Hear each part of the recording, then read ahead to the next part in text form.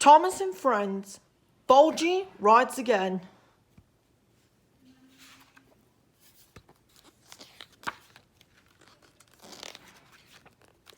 Summertime is always a busy time for the engines on the island of Sodal. They carried visitors around all day long, but one summer the engines had a problem. Thomas and Emily were in the foundry for repairs. The other engines had to work extra hard. "Oh, my aching axles," grumbled Gordon as he passed Percy. "I must find a way for us to carry more passengers," said the Fat Controller to Thomas and Emily. "We have more visitors than ever this year. And fewer engines," chaffed Emily. "And a double-decker problem," smiled Thomas. But the Fat Controller didn't laugh. "That's just given me an idea," he said.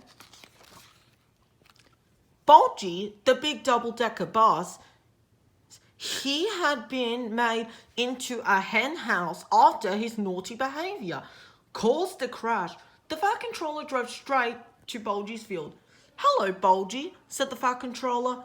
"How would you like to be back on the road again?" Bulgy was very excited. "Thank you, sir," he cried. "I'll be the best bus ever." Thomas was surprised to see Bulgy. "I'm going back on the road," explained Bulgy. "Good for you," said Thomas. "The farmer needs a van to deliver his vegetables around the island." "Vegetables?" said Bulgy crossly. "I'm not carrying silly old vegetables. I'm carrying passengers." Soon, Bulgy looked as good as new. He had been refitted and had a shiny new coat of paint. When he went back to his field, he tooted proudly at the hens. "We've started in the morning," said his driver. "Good night, Bulgy." Bulgy smiled happily.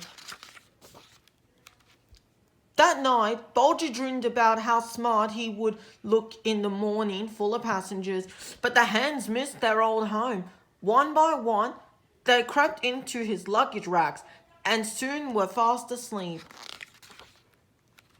In the morning, Bulgy set off bright and early to pick up his first passengers. There were lots of people waiting. "All aboard," tooted Bulgy, and he set off for Knapford Station. He drove smoothly that the sleepy hens didn't wake up. Trevor was on the road ahead, chugging along slowly. "Get a move on, slow coach," called Bulgy importantly. "I've got passengers on board." Bulgy started to overtake Trevor, but suddenly he saw the mail truck coming the other way. "Oh no!" cried Bulgy. Bulgy swerved and missed the mail truck, but the swerving woke the hens up, and they were very frightened. They flapped and they squawked loudly. "Stop!" complained the passengers. "We want to get off." The passengers were furious. They were covered in feathers and broken eggs.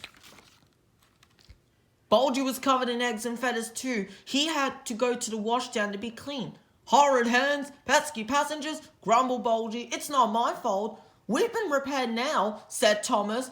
"We'll be back carrying passengers again." "But the farmer still needs a van to carry his vegetables," sighed Emily. That gave Bulgy an idea. "I don't like hens or passengers," Bulgy told the Fat Controller.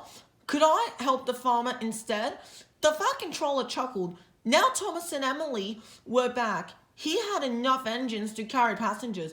"All right, Bulgy," he said. "You'll be the island's only vegetable stand on wheels." And that's just what happened. Bulgy was repainted, and lots of people came to buy vegetables from him. Sometimes Bulgy sees Thomas with carriages full of passengers, but he's not jealous. He likes working with vegetables. They don't lay eggs, and they never complain. The end.